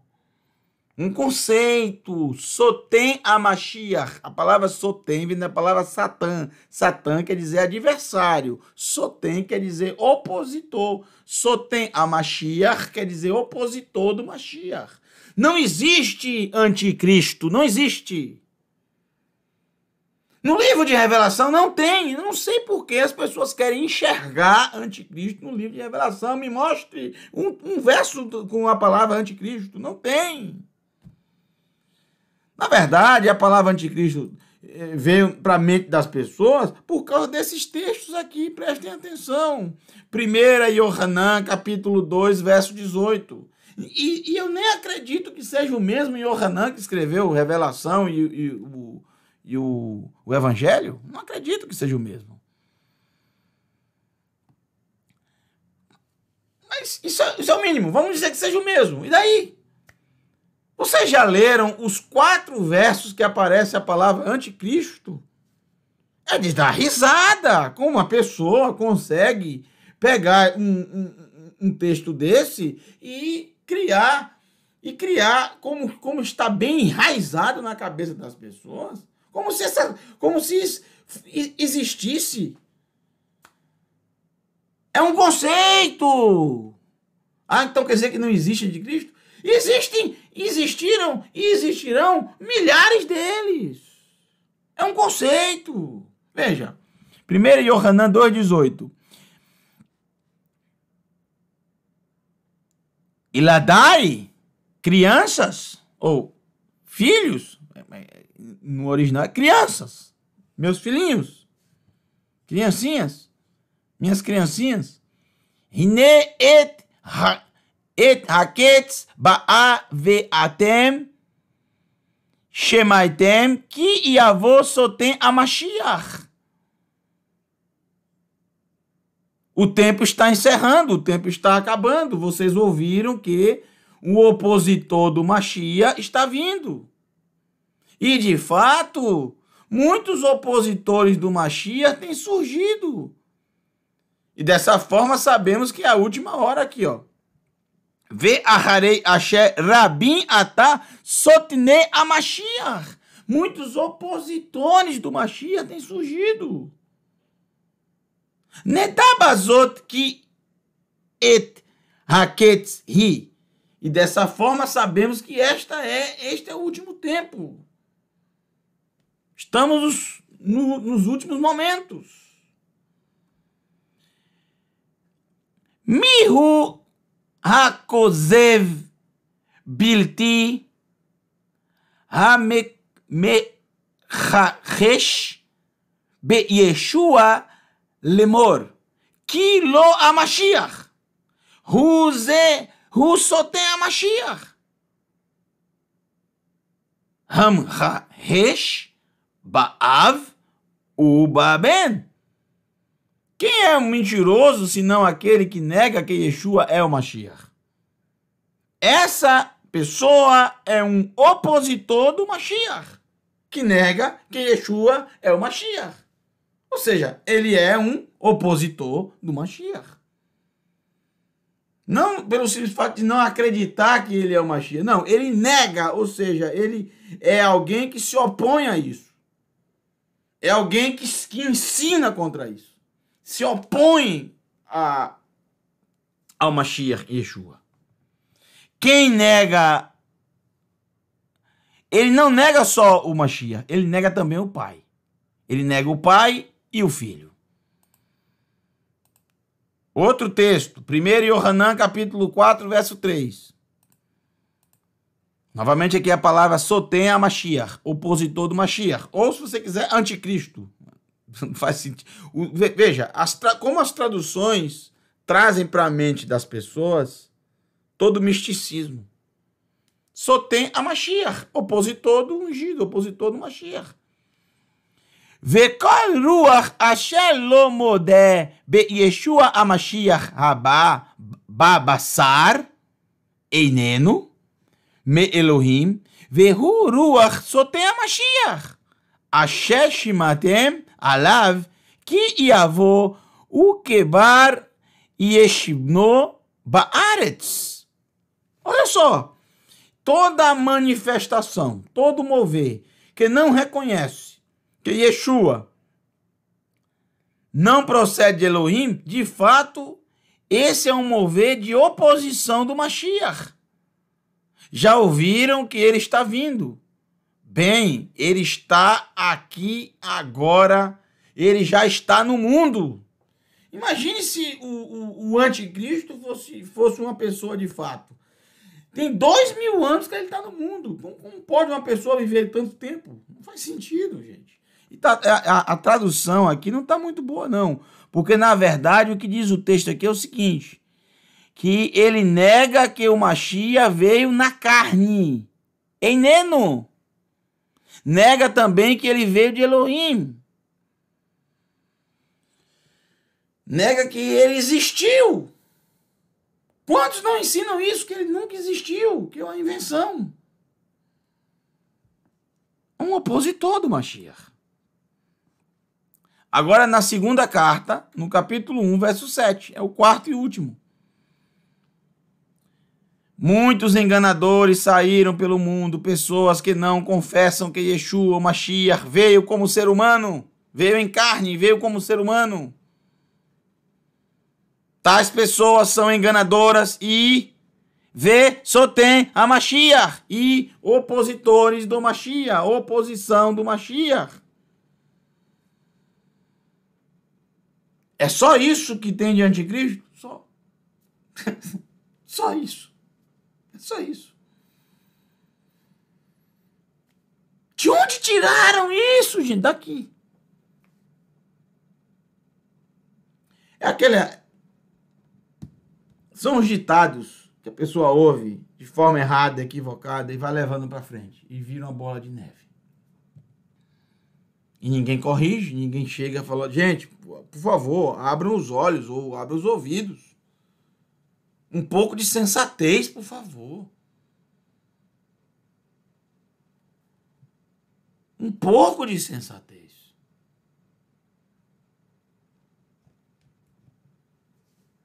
Batatinha, quando nasce, se esparrama pelo chão. A pessoa ouve isso e vai levando adiante. Não é batatinha quando nasce, se esparrama pelo chão. Batatinha, quando nasce, espalha as ramas pelo chão. Porque a batata é no chão, sabe? Não é uma trepadeira, não é uma planta que não se esparrama pelo chão. Né? Espalha as ramas pelo chão. Quem tem boca, vai a Roma. Não é vai a Roma, é vaia, dá uma vaia em Roma. O ditado é esse, mas as pessoas ouviam errado. Hoje é domingo, pé de cachimbo. Onde já se viu ter pé de cachimbo? Onde já se viu ter pé de cachimbo? Não existe pé de cachimbo. Mas não é pé de cachimbo, é pede cachimbo. Pede, de pedir. Pede, hoje é domingo, pede cachimbo. Tá vendo? Corro de burro quando foge. Mas as pessoas pensam que é cor de burro. Você tá igual a cor de burro quando foge. Eu não sabia que quando o burro fugia, ele mudava de cor. Ele não é camaleão, mas não é cor de burro quando foge. É corro de burro quando foge. Cagado, você é o seu pai. Cagado e cuspido. Cuspido e escarrado, alguns falam assim. Cuspido e escarrado, quer dizer, bem parecido. O que tem a ver ser parecido? Porque é escarrado de que coisa mais nojenta. Mas não, é porque a pessoa ouviu errado. Esculpido em Carrara. Antigamente o Império Romano fazia isso, esculpia as pessoas em Carrara, no mármore. Quanta ignorância! Quanta ignorância do povo! Que ouve as coisas, não ouve direito. Não lê direito. É muita ignorância. Não existe na escritura anticristo, não existe. Existe um conceito. Que conceito é esse? Vamos lá. Deixa eu terminar. Tem mais um texto aqui, né? Não é o mesmo. 1 Yohanan 1,7, já lemos. 1 Yohanan 1,7, já lemos. O conceito é esse aqui, gente. De todos os 4 textos que aparece a palavra sotem a Mashiach. Antes de terminar. Opositor do Mashiach é um termo genérico não para uma pessoa apenas. Específica para uma pessoa. Não. É para todo aquele que nega que Yeshua é o Mashiach, que nega que Yeshua foi ungido pelo Eterno, que nega que Yeshua veio em carne, ou seja, que ele existiu. Também diz o texto que alguns se infiltraram no meio do povo da Techuvá. Se você ler a carta de Yohanan, é o que ele diz. Justamente para causar divisão e destruição. Todo aquele que se levanta, e muitos ao longo da história fizeram isso e fazem até os dias de hoje. Eu conheço vários anticristos, entre aspas. Sotinei a Mashiach, opositores do Mashiach. É isso que significa. Aqueles que, em vez de viver a sua fé, a sua crença, não. Eles vivem para destruir, para desfazer, inventando um monte de mentiras contra o Mashiach. Isso é um opositor do Mashiach. Para os fracos de fé, caírem nas conversas deles. Isso ao longo da história sempre existiu pessoas assim. Vivem só em função de acabar com a história de Yeshua, mas nunca vão conseguir. Nunca. Então, Nero foi um anticristo. Gente, Nero não se encaixa nisso aqui. Por mais que ele tenha perseguido os seguidores de Yeshua, por mais que ele tenha matado, não se encaixa nisso aqui. Entenderam? Não é isso. São pessoas que se infiltram ali para poder desviar os crentes em Yeshua, os seus seguidores. É isso que Yohanan fala, é isso que Yohanan diz, é isso que ele cita. Pode ler a carta toda, você vai entender. Não existe em si essa figura, não existe em si essa figura. Existem outras coisas, mas anticristo em si, não existe. É um conceito criado por esse Yohanan dessa carta, que eu não acredito que seja o mesmo de Revelação. Veja, em Apocalipse deveria aparecer o anticristo. Você não vai encontrar nenhuma... Procure o anticristo em Apocalipse. Procure o anticristo. Anticristo, a palavra anticristo. O nome anticristo em Apocalipse. Não tem, não existe. Não existe também em lugar nenhum, só nessa carta de Yohanan. Mas eu entendo o que ele está dizendo. Só tem a Mashiach, opositor do Mashiach. Está cheio, o mundo está cheio deles. Vivem inventando mentiras contra o Mashiach, um monte de mentira, um monte de situações que nunca existiram, manchando, tentando manchar a história do nosso Mashiach. Se desfazendo dele. Falando um monte de bobagens contra ele. Pessoas sem ética alguma, que em vez de viver a sua fé, de praticar aquilo que ele diz que ele é, não pratica nada. Não pratica nada. Vive somente em função de falar mal do Mashiach. Então, são esses 2 pontos que eu queria deixar para vocês nessa primeira aula. A próxima aula nós vamos ler todo o texto, porque aí vocês vão entender com toda certeza todos os próximos textos de Apocalipse capítulo 13. Inclusive o último, que trata do número desse animal. Vou trazer na próxima aula para vocês. Um grande abraço a todos. Que o Eterno te abençoe e te guarde. A você, sua casa, sua família e toda a sua parentela. Guarde tudo o que você viu nesse estudo de hoje, que será a base para nós no próximo encontro. Shalom. Que o Eterno te abençoe. Laila Tov, uma boa noite para todos.